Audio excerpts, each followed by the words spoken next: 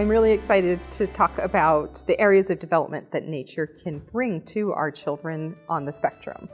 Oftentimes, we get very concerned about regulating behavior and keeping the child within the norms of what society dictates for them, and we forget about allowing the child to be a child.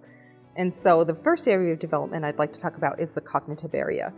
Oftentimes, we are so focused on the child's learning and their academics that we don't get the opportunity to allow them to go out into nature and to learn through nature. So you can learn your counting in nature. You can learn how to do various forms of communication within nature.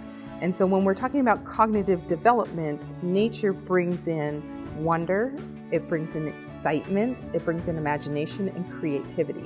Things that we don't typically get unless we contrive it within a classroom setting. And so it's something that our children with autism get very excited about because they don't have the restraints of, a typical classroom that makes them sit and attend and have all of these other skill sets that they have to be focused on. They can just be, and they can be experiencing it as their cognitive development grows through their imagination and their curiosity.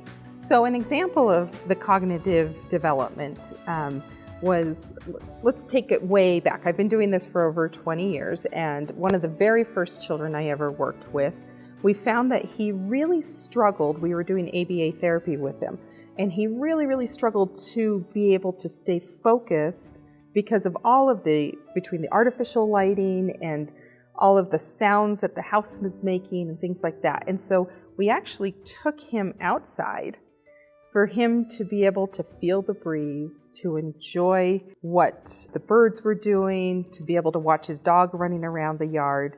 And we found this extraordinary piece of cognitive development that was happening for him.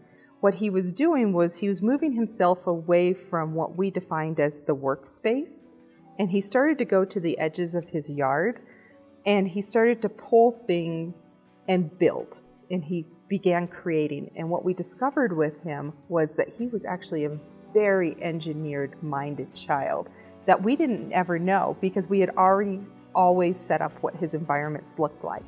So by allowing him to go outside, he started to engineer these forts. And then the forts built upon imaginary play for him, which was something we thought he didn't have. We were trying to teach him that imaginary play. But by standing back and watching that, he started to engage in it completely on his own.